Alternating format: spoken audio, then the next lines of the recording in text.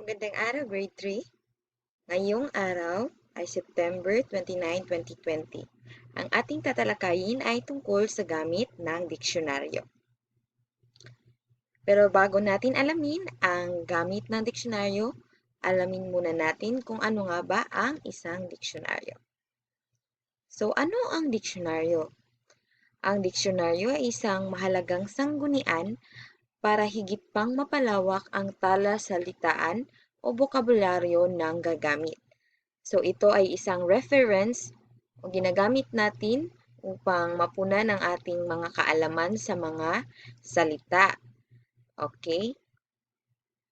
Makikita sa diksyonaryo ang mga salitang nakaayos ng paalpabeto na binibigyang kahulugan upang higit na maunawaan ng mga mambabasa. So, sa diksyonaryo, makikita ninyo ang mga kahulugan ng mga salita o ang meaning nito. Okay? So, ang example ng diksyonaryo ay itong litrato.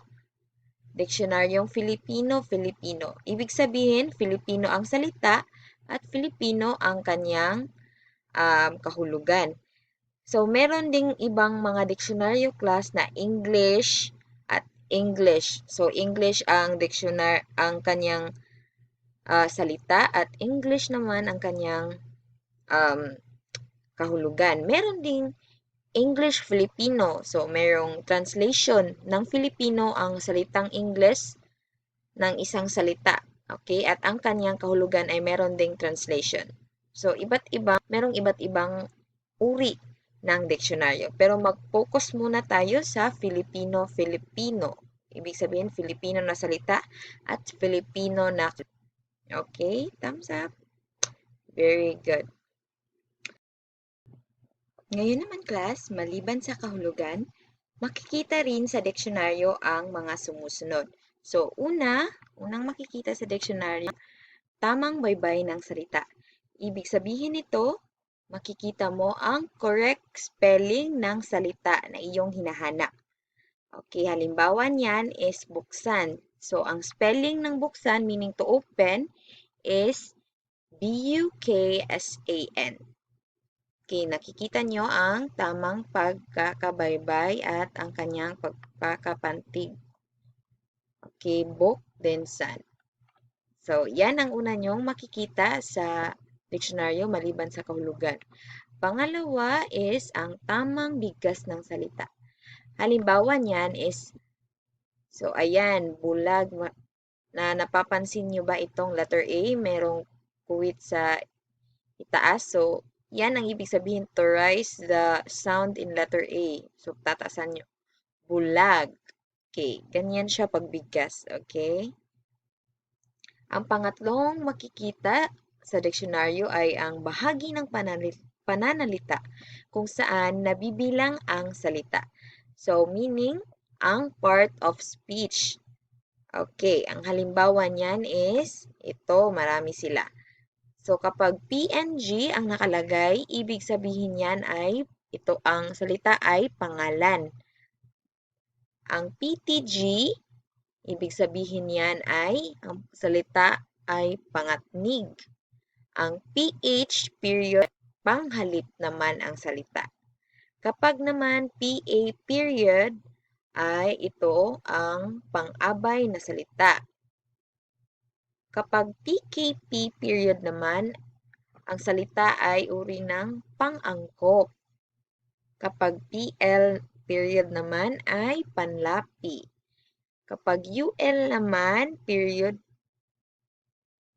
unlapi. At PKL period, ibig sabihin yan, ang salita ay pang-ukol. At ang PU period, ang salita ay halimbawa ng pang-uri. So, ayan. Yan ang mga bahagi ng pananalita para sa diksyonaryo, okay? Makikita niyo sa diksyonaryo. So, ang susunod naman, sa magkabilang bahagi, gawing itaas na pahina, ay makikita naman ang pamatnubay ay gagabay sa mga mag-aaral sa mga salitang natatagpuan sa pahinang iyon. So, ayan class, ating tatandaan na ang pamatnubay na salita ay nasa gawing itaas o nasa above of all the words, nasa ibabaw siya ng lahat ng salita na nasa diksyonaryo. Ito ay siyang gabay upang malaman nyo kung ang salita ba na inyong hinahasa sa loob ng dalawang salita na iyon. Okay. Meron ako ipapakita sa inyong example niyan. Okay. Makikita dito ang mga salita. Ayan ang mga salita sa diksyonaryo. So, ang dalawang salita na ibig sabihin na pamatnubay ay itong to sa pinakaitaas at pinakaitaas ng mga salita. Yan. Yan ay ang pamatnubay.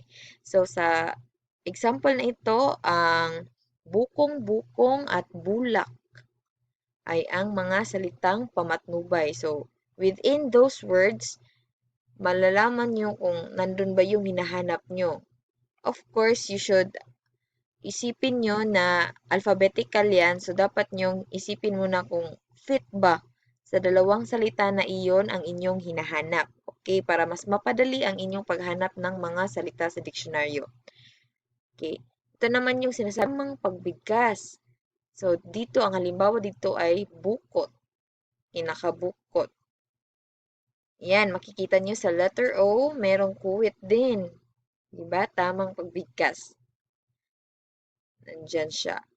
Tapos, ito naman ang susunod bahagi ng pananalita kung saan nabibilang ang salita. So, ayan, yung sabi ko, part of speech. Ano siyang part of speech? So, halimbawa dito ay PNG, meaning pangalan. Susunod naman ay ang tamang baybay ng salita. So, kagaya ng halimbawa ko kanina, dito ay halimbawa naman dito ay ang buktot. Baybay ng kanyang spelling, di ba? Spelling ng book, T-O-T, at ang kanyang pagkakapantig na book at tot. So, yan. Ang last naman dyan ay ang kahulugan ng salita.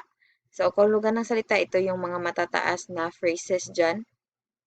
After or pagkatapos ng, usually, ang kahulugan ng salita ay pagkatapos ng pagkatapos ng bahagi ng pananalita.